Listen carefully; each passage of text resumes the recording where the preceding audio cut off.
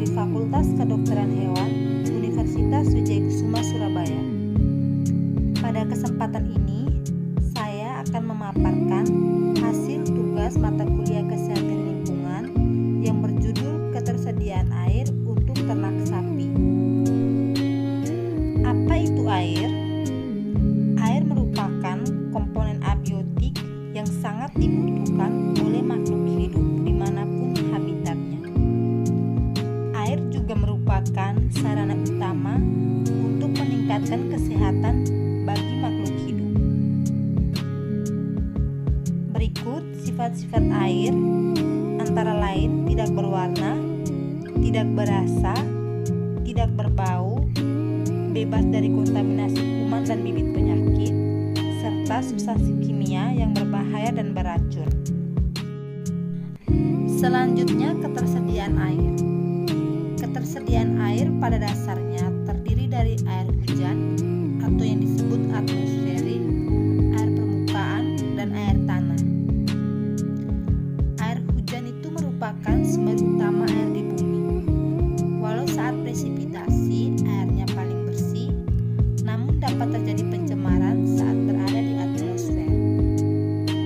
Sementara air permukaan itu merupakan badan-badan air seperti sungai, danau, telaga, waduk, rawa, air terjun, dan sumur. Dan air tanah itu sendiri merupakan air permukaan yang mengalami infiltrasi di daerah isian sehingga terdapat di bawah permukaan bumi. Dalam dunia peternakan, ketersediaan air itu diperlukan untuk mencukupi kebutuhan yang diperhitungkan untuk kegiatan peternakan. Dari mana air itu berasal? Air itu dibentuk melalui suatu proses yang disebut dengan siklus hidrologi. Siklus hidrologi itu merupakan suatu siklus yang menjelaskan tentang bagaimana proses terbentuknya air di bumi. Dapat dilihat pada gambar yang merupakan proses terjadinya siklus hidrologi yang dimulai dengan penguapan benda-benda mati atau tanaman di bumi. Tahap ini disebut dengan evapotranspirasi. Akibat dari tahap ini, terkumpullah massa uap air yang di dalam kondisi tertentu dapat membentuk awan. Tahap ini disebut dengan kondensasi. Setelah awan terbentuk, maka awan akan berpindah ke daerah yang lebih tinggi, kemudian melepaskan titik-titik air hujan ke bumi.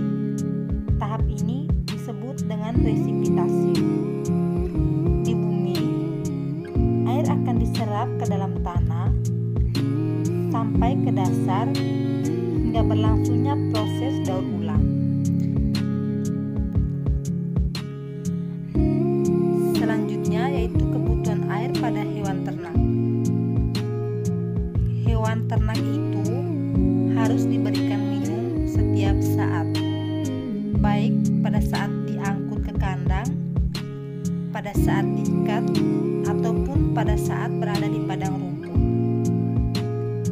Kandungan air itu dalam tubuh hewan mencapai 70% dari berat tubuhnya. Sementara ternak sapi memerlukan 25-40 liter air per ekor per hari. Air juga didapat dari pemberian pakan yang mencukupi kebutuhan air bagi hewan. Dari setiap gram pakan dapat menghasilkan air metabolik 0,57 gram dan kadar air dalam hijauan sekitar 80%. Pakan juga didapat dari pelepah pisang yang bisa diberikan kepada hewan ternak. Dalam dunia peternakan, kebutuhan air itu meliputi air minum, air untuk pembersih ternak, kandang, dan alat-alat ternak, serta untuk membersihkan halaman.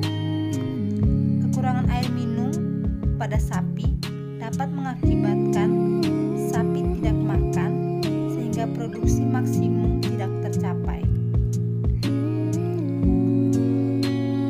Pencemaran air.